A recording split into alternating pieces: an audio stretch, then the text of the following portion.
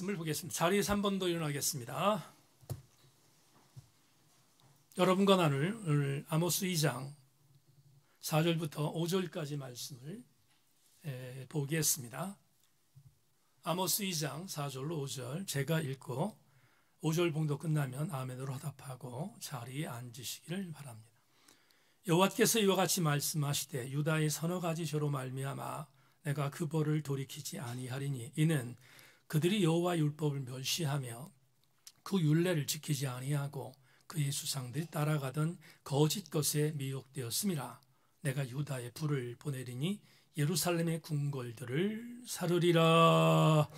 아멘. 자리에 앉습니다. 오늘 설교와 관계 있는 찬양, 오래전에 우리 한번 많이 불렀던 찬양인데 한 번 더 불러보겠습니다. 주님을 모르던 세월 찬양하겠습니다. 말씀을 기대하는 마음으로 이 찬양 하나님께 드리기를 원합니다.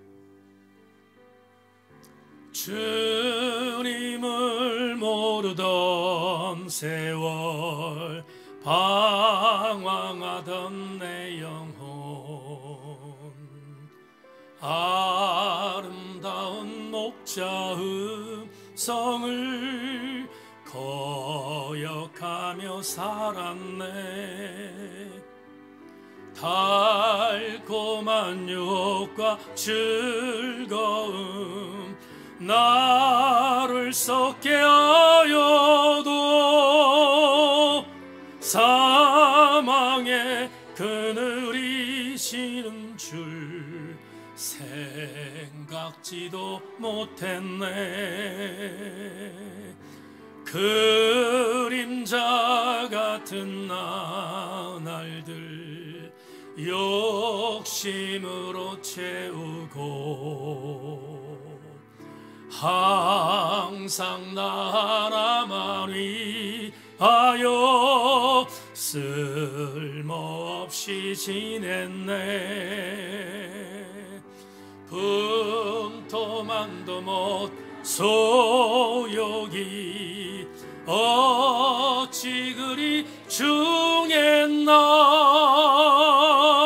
오 주여 용서해 주소서. 머리 조아립니다. 부드러운 주님의 손길 나를 어루만질 때 육신으로 살던 세상은 흔적 없이 사라져. 더러웠던 나 옛사람 십자가에 못 박고 성령의 새 옷을 입었네. 주여 나를 보소서.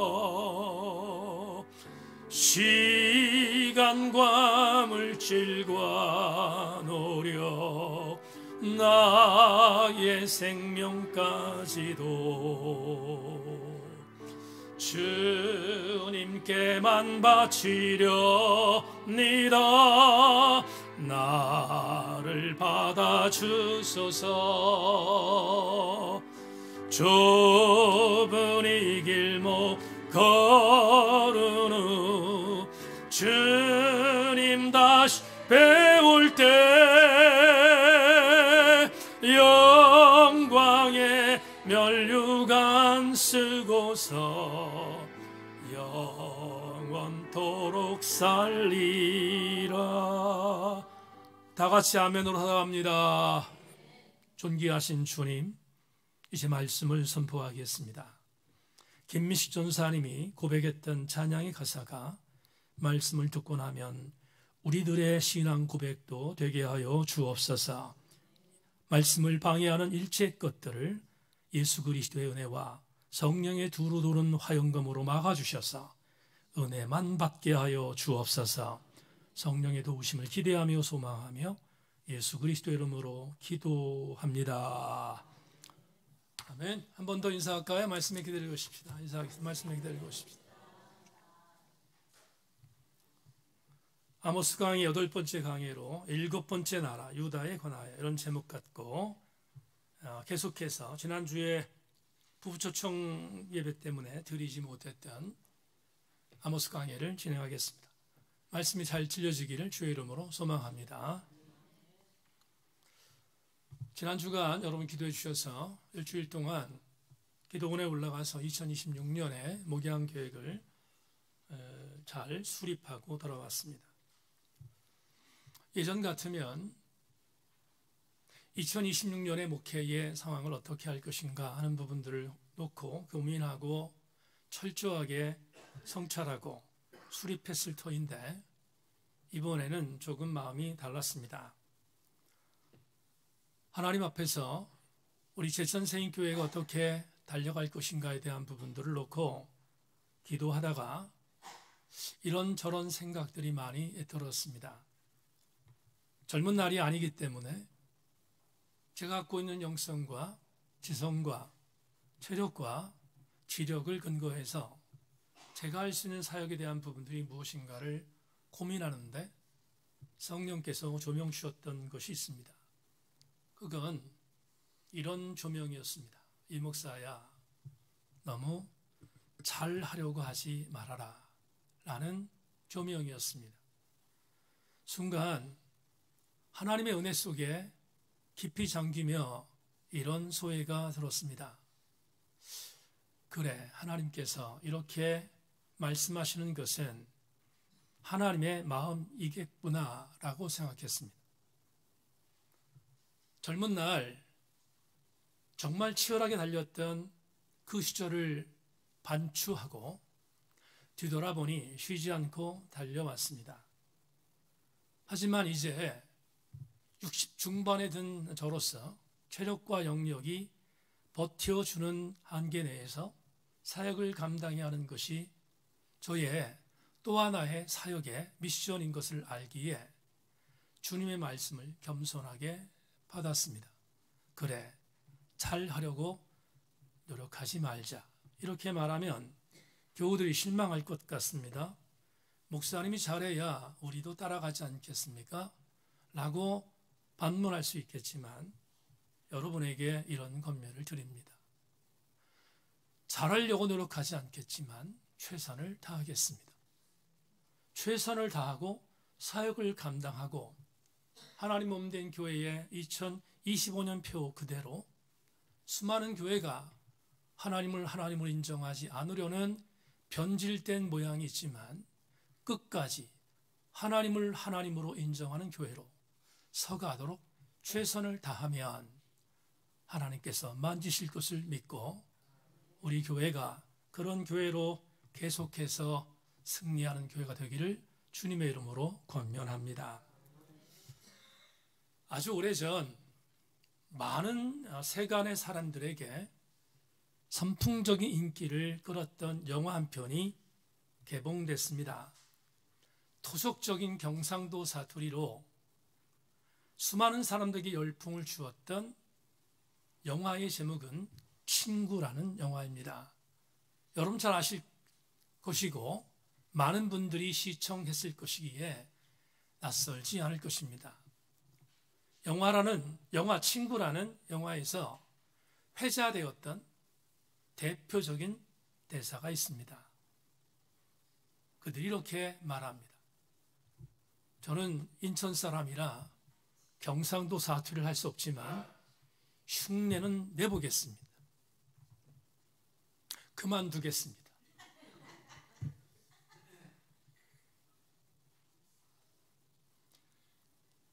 배우들이 서로 했던 말 중에 이런 말이 있습니다. 우리 친구 아닌가? 라고 하는 문장입니다. 친구라는 단어의 정감성은 우리는 이미 알고 있습니다. 혹자가 인생을 살면서 함께 속마음을 나눌 수 있는 친구 3사람을 만나면 그 인생이 실패하지 않는다고 말할 정도로 친구는 중요하지만 대단히 유감스럽게 이 영화 속에 나오는 친구는 부정적인 뉘앙스가 있었습니다. 그것은 조폭 문화의 패거리 문화가 형성되게 만든 결정적인 역할을 한 것이 이 대사입니다. 친구라는 좁은 말을 패거리 문화로 바꿔버린 아주 부정적인 영화가 친구라는 영화입니다. 오늘 저는 8번째 아모스 강의를 통해서 패거리 문화가 얼마나 심각했는지를 보여주는 한 나라를 소개할까 합니다. 오늘 주어진 본문에 있는 등장하는 한 나라를 통해서 패거리 문화를 형성했던 한 나라의 심각했던 부분들을 지적하고 우리는 반면 교사를 삼으려고 합니다. 오늘 등장하는 한 나라를 지금부터 소개할 터인데 4절이 그 나라를 우리에게 소개합니다. 4절을 자막을 통해서 확인하십시오. 여호와께서 이와 같이 말씀하시되 유다의 서너 가지 죄로 말미암아 내가 그 벌을 돌이키지 아니하리니 이는 그들이 여호와의 율법을 멸시하며 그 율례를 지키지 아니하고 그의 조상들이 따라가던 거짓 것에 미혹되었음이라. 이제 등장된 한 나라는 대단히 충격적으로 유다라는 나라입니다. 우리는 지난 7번의 강의를 통해서 이미 6나라에 대한 하나님의 심판 신탁을 아모스를 통해서 들었습니다. 그 나라는 다메섹 아람이었고 가사 블레셋이었고 두로와 에돔과 암몬과 모압에 대해서 생각해 봤습니다. 이 나라 6나라들은 우리가 이미 알고 있는 것처럼 이스라엘의 적대적 국가들이었기에 아모스 예언자가 선포했던 심판 신탁은 그럴 것이다 라고 충분히 예감할 수 있습니다. 그리고 거기에 대하여 반감을 갖지 않은 이유는 이스라엘의 적대적인 국가들에 대한 하나님의 심판은 마땅하다고 믿었기 때문입니다. 그런데 오늘 충격적인 나라가 등장합니다. 그 나라는 다름 아닌 지금 아모스라고 하는 예언자의 조국이었던 어디입니까? 유다입니다. 유다가 심판을 받는다는 이 메시지는 대단히 충격적이었을 것입니다.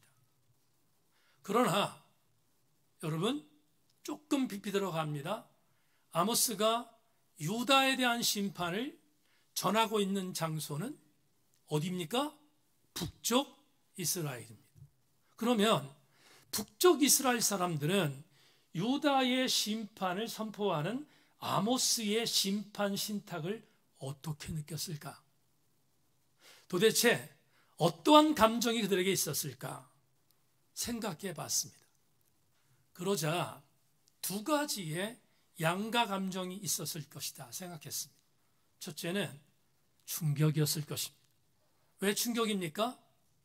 아무리 남북이 갈라져 있었지만 그래도 유다는 이스라엘의 형제국가였으니 충격이었을 것입니다. 더군다나 선민공동체라고 하는 이스라엘과 유다는 절대로 멸망당하지 않을 것으로 믿고 있었는데 예언자 아모스가 유다가 멸망당할 것이라는 예언을 하니 나름대로 충격이었을 것이 자명합니다.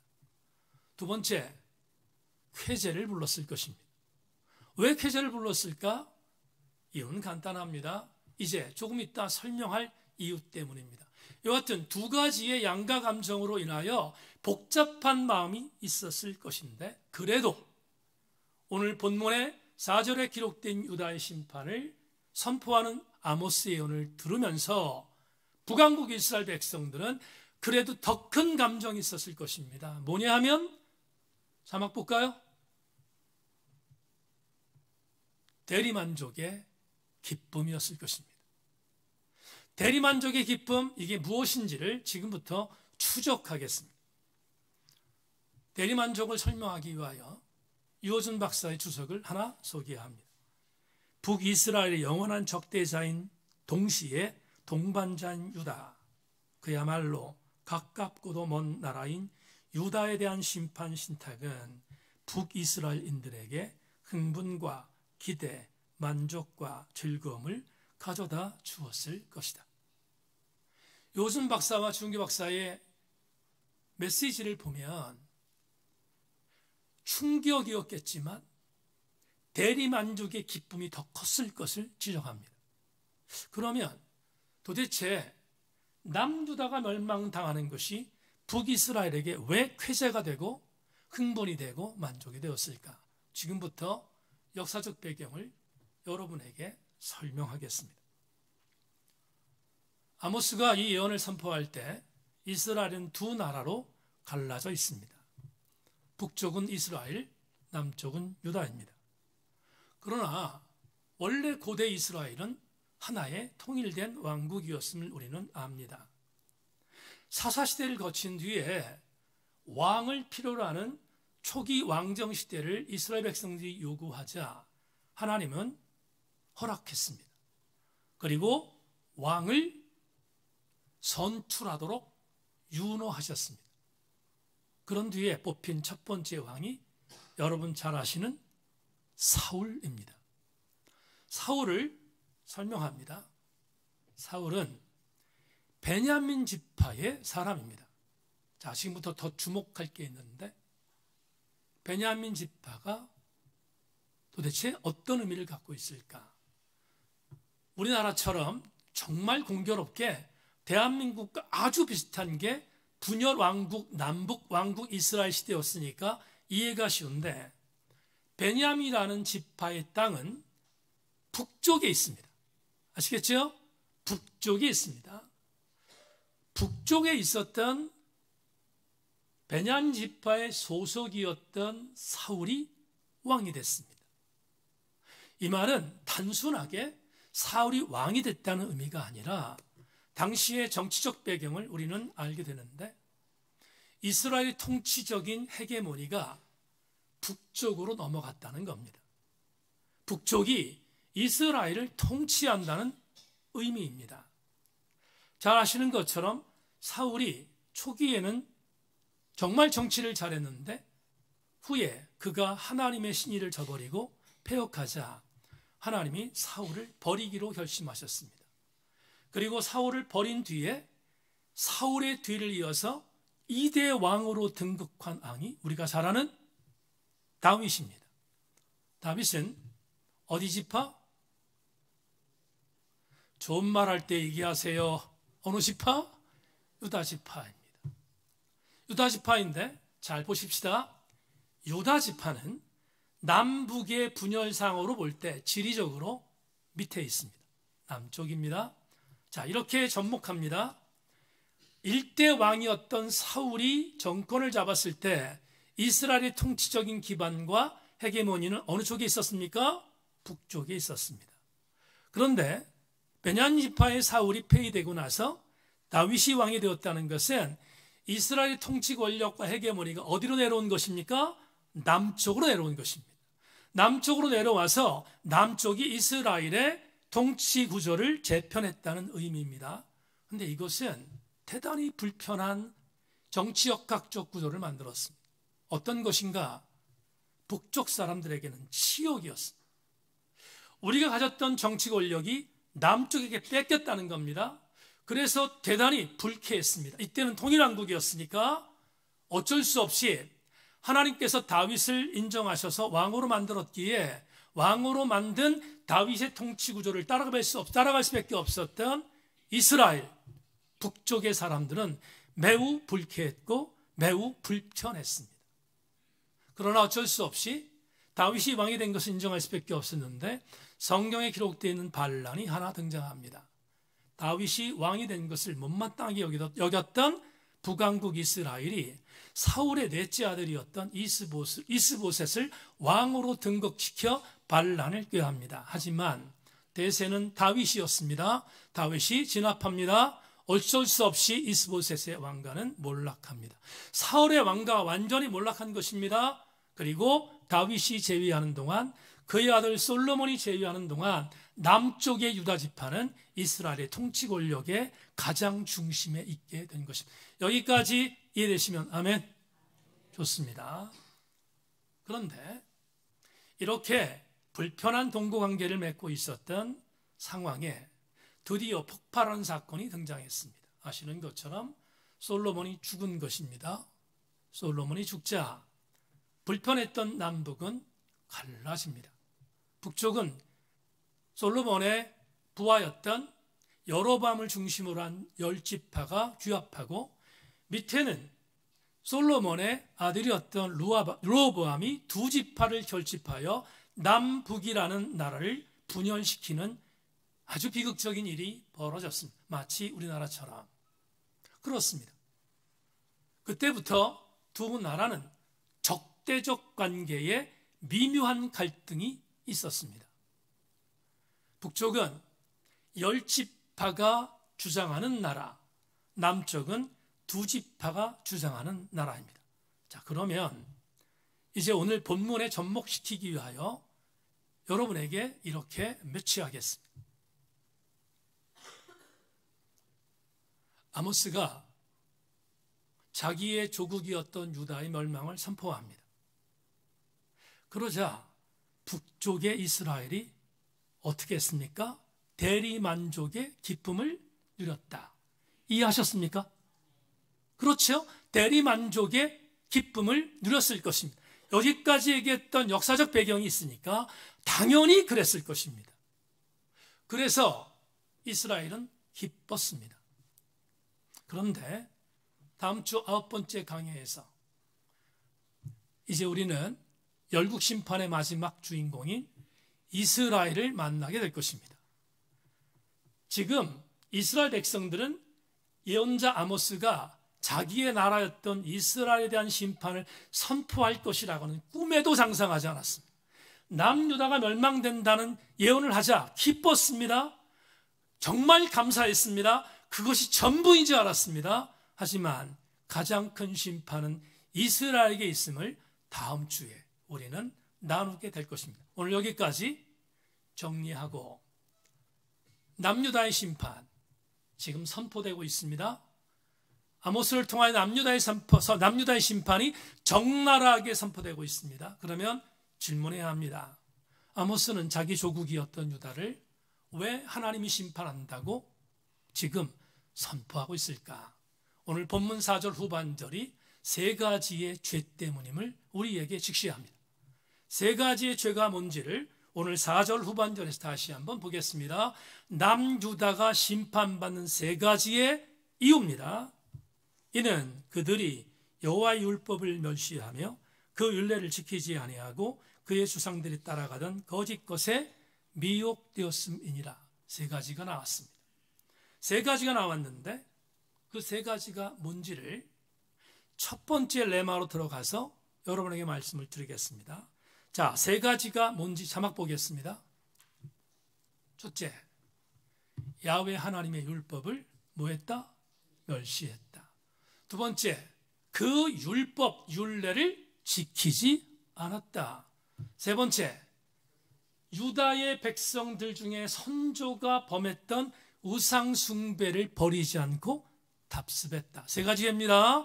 세 가지 죄가 남유다의 심판의 이유였습니다. 그렇다면 첫 번째 레마로 들어갈 수 있을 것 같은데, 왜 하나님은 남유다를 심판하실 수밖에 없었을까? 첫 번째 레마를 보겠습니다. 자막. 신앙 공동체가 고의로 무시한 하나님의 신앙의 훼손이 남유다가 심판받아야 할 이유였습니다. 주목할 단어가 나왔습니다.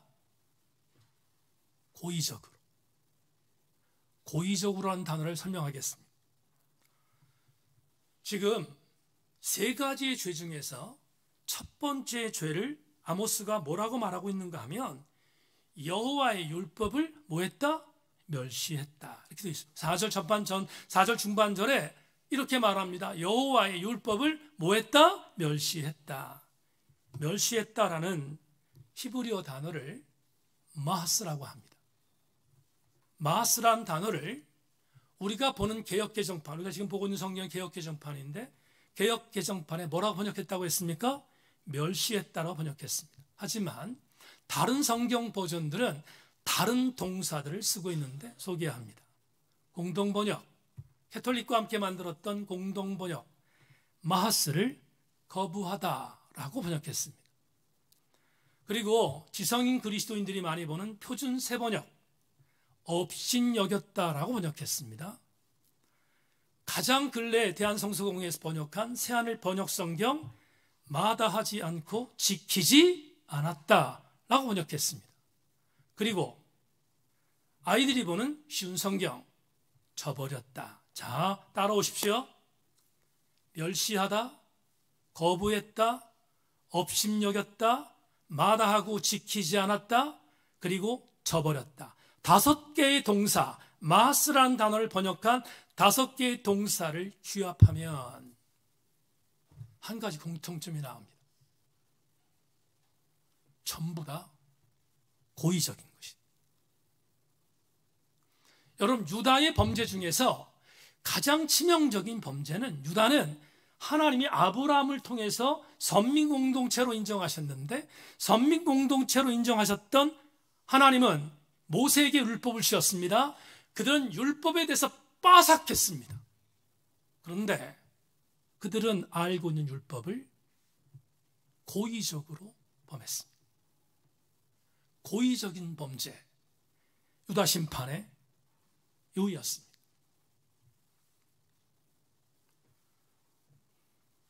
아주 젊은 목사 시절에 크로스의 성경 공부를 교우들에게 가르치기 위해서 제가 강의를 받았습니다.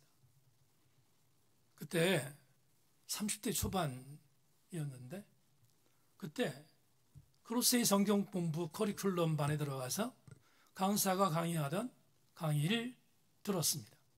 제 크로스의 노트에 지금도 색바라 있어서 정말 많이 누렇게 변질됐지만 오늘 설교에 좋은 예가 될 것 같아서 그때에 제가 기록한 사족을 소개하겠습니다.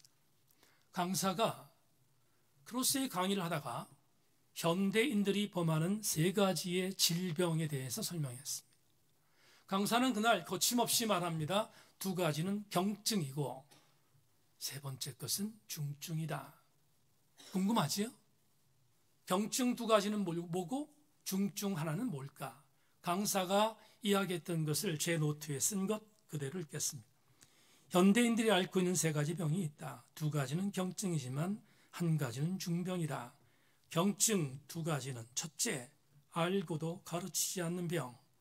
둘째, 모르고도 배우지 않는 병이다. 하지만 중병이 있다. 알았는데도 행하지 않는 병이다. 동의하십니까? 알았는데도 행하지 않는 것, 중증입니다. 중병입니다. 유다는 다른 어떤 민족에 비해서 선민공동체로 부름받았습니다. 그런데 율법의 언약을 알고도 지키지 않았다. 이건 대단히 중요한 범죄였습니다. 이제 우리는 설교의 마지막 부분에 도착했는데, 이렇게 고의적으로 범한 유다의 심판에 대하여 오늘 우리는 어떻게 되겠습니까? 반면교사의 은혜를 받아야 합니다. 진면교사가 아니라 유다가 범한 죄에 대하여 반면교사를 받아야 합니다. 그게 오늘 설교의 중요한 교훈입니다. 2가지를 설명합니다. 첫째, 자막. 주님이 주신 말씀을 가볍게 여기는 고의적 범죄에서 떠나십시다. 고의적 범죄라고 말씀드렸습니다. 떠나십시다. 히브리서 2장 1절로 3절 말씀을 여러분 자막 통해서 확인하십시오. 그러므로 우리는 들은 것에 더욱 유념함으로 우리가 흘러 떠내려가지 않도록 함이 마땅하니라. 천사들을 통하여 하신 말씀이 견고하게 되어 모든 범죄함과 순종하지 아니함이 공정한 보응을 받았거든. 우리가 이같이 큰 구원을 등한히 여기면 어찌 그 보응을 피하리요. 이 구원은 처음에 주로 말씀하신 바요 들은 자들이 우리에게 확증한 바니. 조금 쉬운 설교 번역인 유진 피터슨의 메시지로 이 구절을 다시 읽겠습니다. 우리는 이미 들은 메시지를 굳게 붙잡아 떠내려가는 일이 없어야 하겠습니다. 지난날에 천사들을 통해 전한 메시지가 유효해서 아무도 그것을 피해갈 수 없었는데 하물며 최근에 우리가 받은 이토록 장엄한 구원의 메시지를 어떻게 소홀히 할 수 있겠습니까? 이 구원의 메시지는 가장 먼저 주님이 직접 전해주셨고 그 다음은 주님께 들은 이들이 우리에게 정확히 전해주었습니다.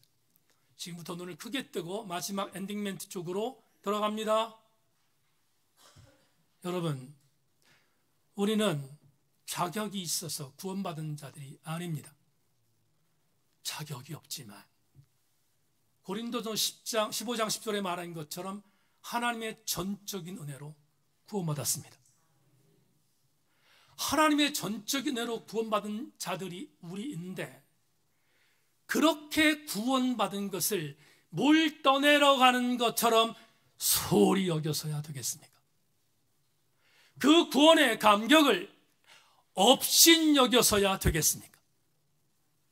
하나님이 우리에게 주신 구원의 그 은혜는 새기고 또 새겨야 할 일이지 고의적으로 잊어버리거나 업신여겨야 할 일이 아님을 히브리서 기자는 말합니다.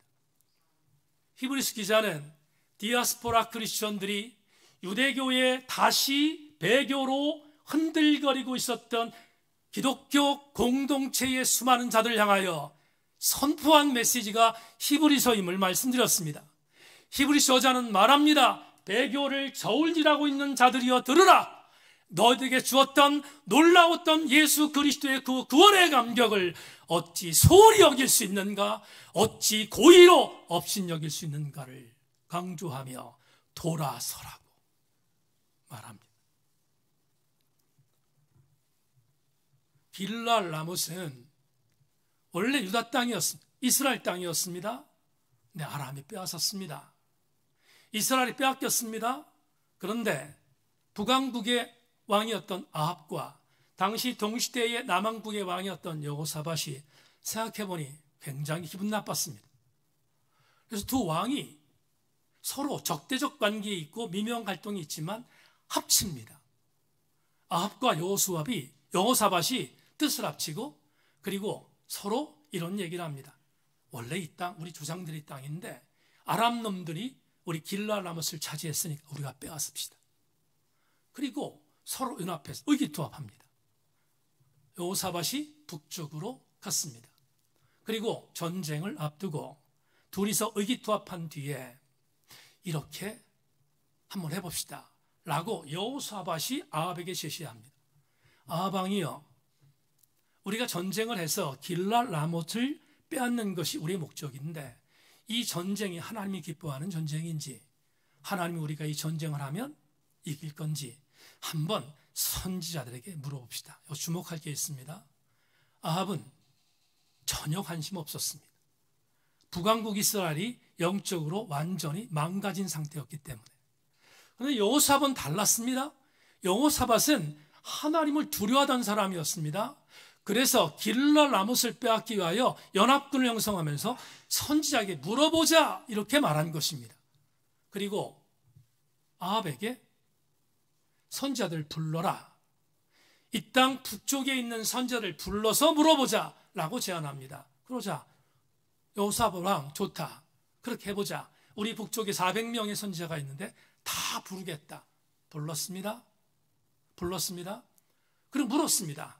선지자들이여, 우리가 지금 길랄 라못을 빼앗을 전쟁하려고 하는데 나갈까요 말까요? 나가면 이길까요 질까를 물었습니다. 그러자 400명의 북왕국 이스라엘의 궁정 예언자들이 이렇게 말합니다. 왕들이시여 나가십시오. 반드시 하나님께서 길랄 라못을 넘겨줄 것입니다. 이길 겁니다. 붙여줄 테니 걱정하지 말고 나가십시오. 놀라운 일은 400명이 말한 오케이 사인은 하나님과 전혀 관계없는 사인이었습니다. 왜냐하면 그들은 궁정 예언자였기에 아합에게 월급 받는 선지자여서 아합이 요구하는 것을 노할 수 없었던 사람들.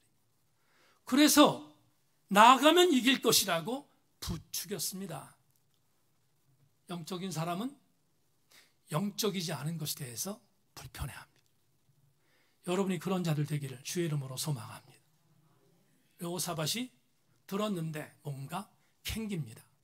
왜냐하면 여호사밧은 영적인 사람이었기 때문입니다.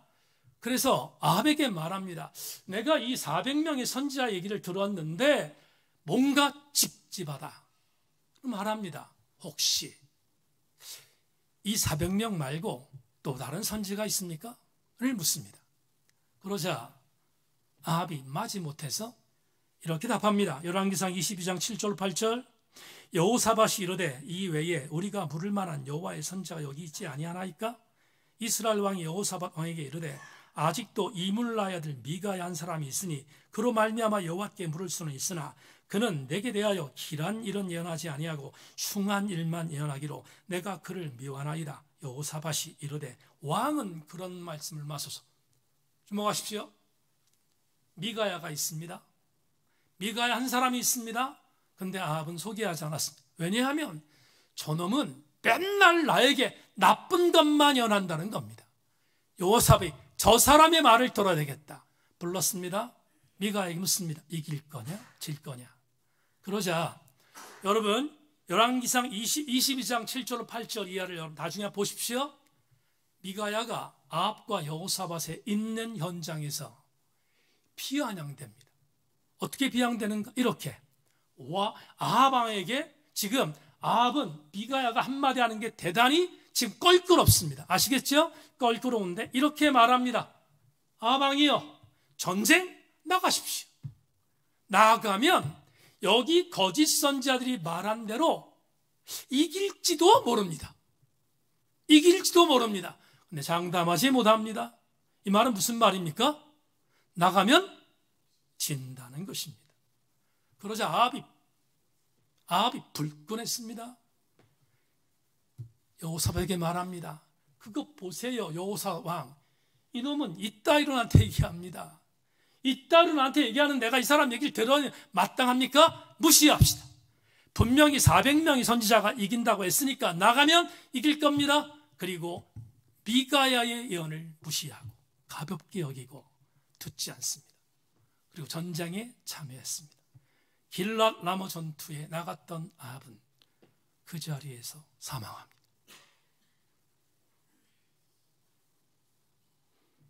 교우들에게 말씀드립니다.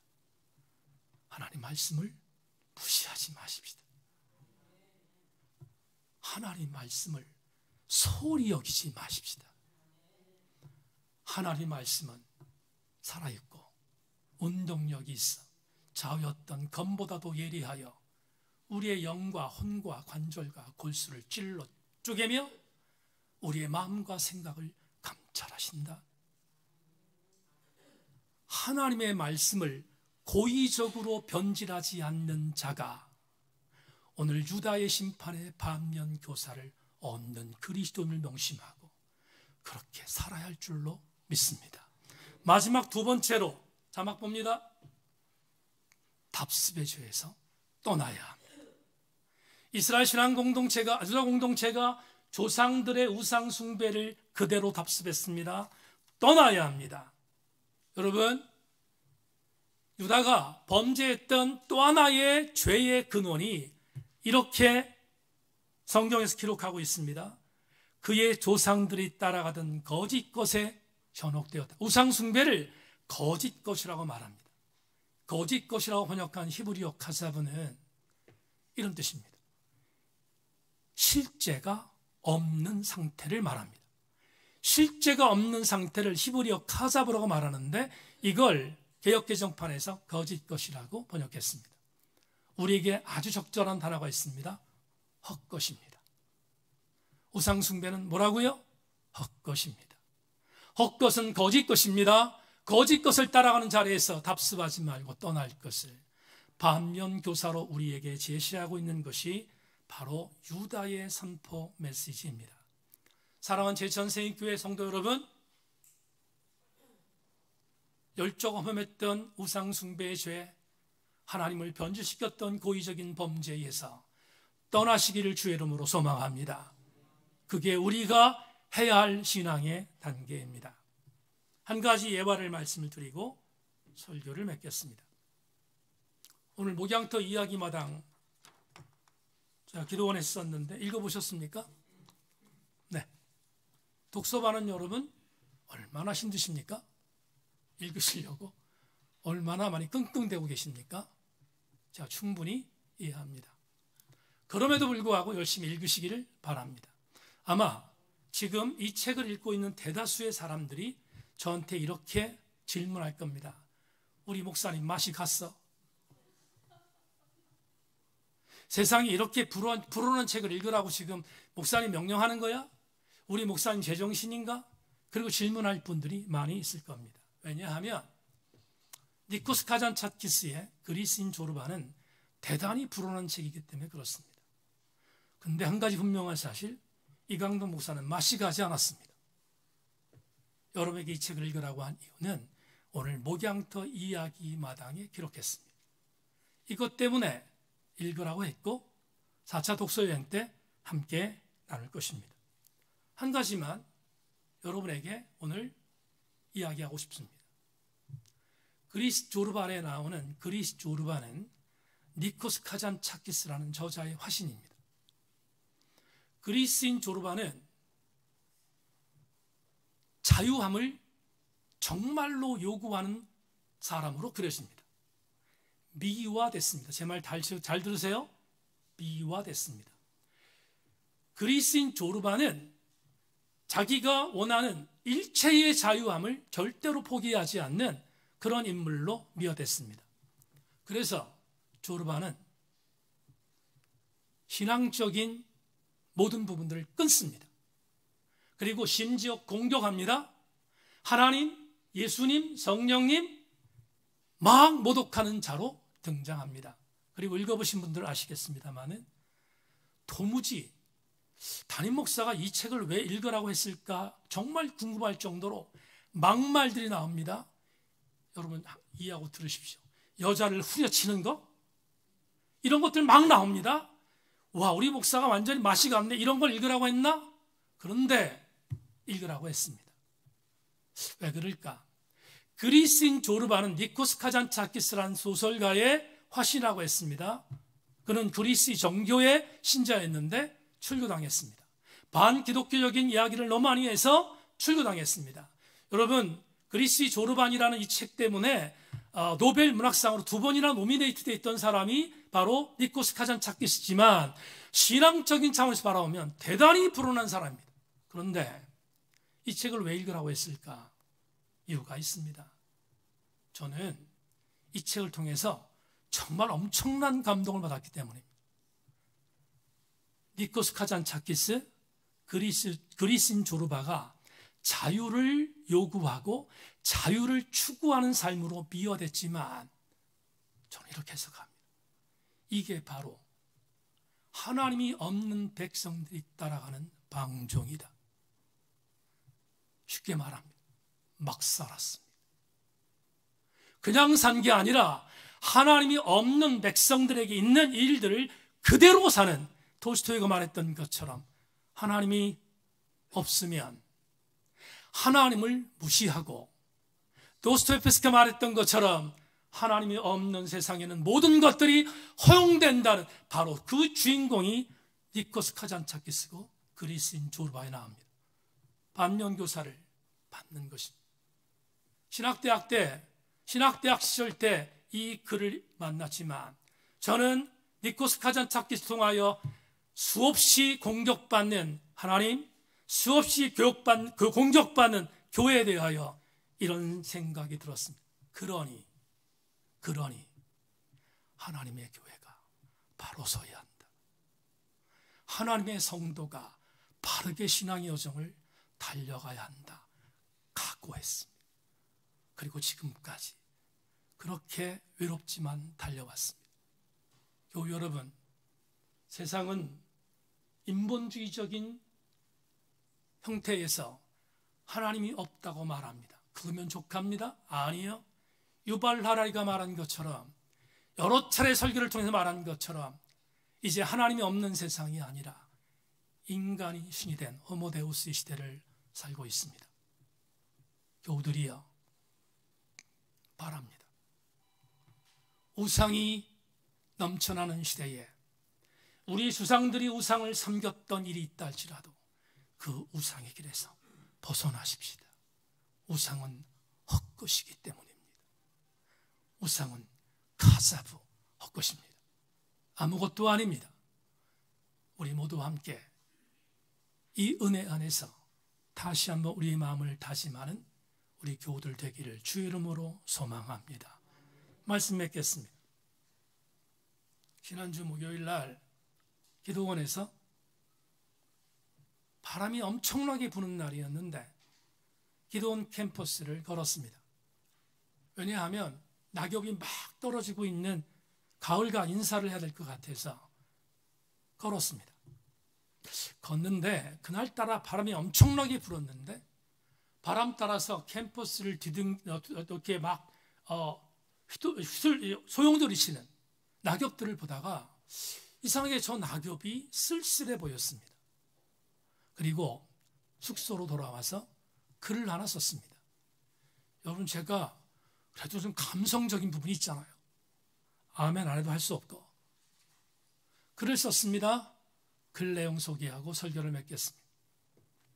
가을은 왠지 쓸쓸하다. 그래서 가을이라고 혹자들은 말하지만 전적인 개인 소견으로 가을은 참 외로워 보인다. 2026년 목회 계획을 정리하고 기도할 요량으로 들어온 수양관에 이번처럼 사람이 없기는 처음인 듯하다. 수양관의 사위가 고요하다. 못해 적막하다. 점심 식사 후에 왠지 가는 가을과 안녕해야 할 것 같아 수양관 캠퍼스를 걸었다. 바람에 쓸려다니는 낙엽들의 소리치는 쓸쓸함이 꼭 나를 닮아 한 것 같다. 이제 기적처럼 남은 단풍은 덤으로 쉬는 주군의 선물인 게 분명하다. 매년 이맘때 들어온 목회 계획을 세우는 일도 이제 손가락으로 세워지는 연륜인데 목회가 무엇인지 여전히 내게는 안개같이 희미하다. 이렇게 끝날 게 목회인 건 알지만 그래도 오늘 낙엽의 흔들림은 예사롭지 않다. 낙엽 같은 그리스도인어 내 삶을 마감해서야 되겠는가. 수양가는 산기슭으로 태양이 너무 빨리 넘어간다. 이제 내일이 되면 다시 일상에 서야 한다. 다시. 사랑하는 제천 세인성결교회 교우 여러분, 낙엽 같은 모습으로 그리스도인의 자국을 남기지 마십시오. 그러려면 두 가지를 각오해야 합니다. 고의적인 범죄에서 떠나십시다. 그리고 우상 숭배의 죄에서 답습하지 말고 그 자리를 떠나십시다. 그럴 때 우리는 낙엽 같은 그리스도인이 아니라 자기의 가장 아름다운 모습을 뽐내는 잎사귀가 무성한 그리스도인, 그리고 가장 아름다운 모습을 나타내는 단풍과 같은 아름다운 우리 세인교회 교우들이 될 줄로 믿고 이 일을 위하여 끝까지 잘 달려가는 우리 교우들 전체가 되기를 주님의 이름으로 소망합니다.